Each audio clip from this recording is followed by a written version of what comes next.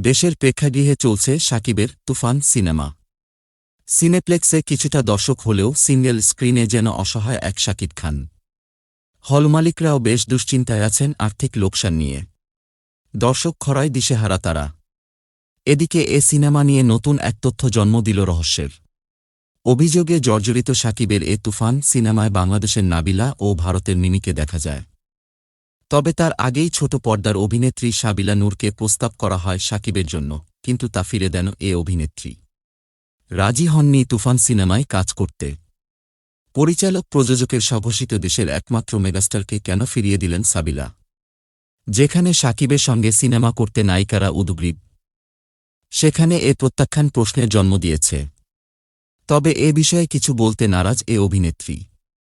খুব বুদ্ধিমত্তার সঙ্গে এড়িয়ে গেছেন তুফান প্রসঙ্গ। সাবিলা বলেন, তুফান নিয়ে এখন আসলে বেশি কিছু বলতে চাই না। সবাই বলছে সিনেমাটি নাকি ভালো চলছে, তাই অতীতের কথা আর সামনে নিয়ে আসতে চাই না। আমি প্রস্তাবে রাজি হইনি কেন সেটা আমাদের মধ্যেই থাকুক। যারা কাজ করেছেন তারা প্রত্যেকে এত চমৎকার অভিনয় করেছেন, সবার জন্য শুভকামনা। তবে তুফানকে ফিরিয়ে দিলেও শিগগিরই অন্য কাউকে সঙ্গী করে বড় পর্দায় আসবেন সাবিলা, এমন ইঙ্গিত দিয়েছেন এ অভিনেত্রী। তিনি বলেন, বড় পর্দার প্রিপারেশন তো অনেক বড় পরিসরে নিতে হয়।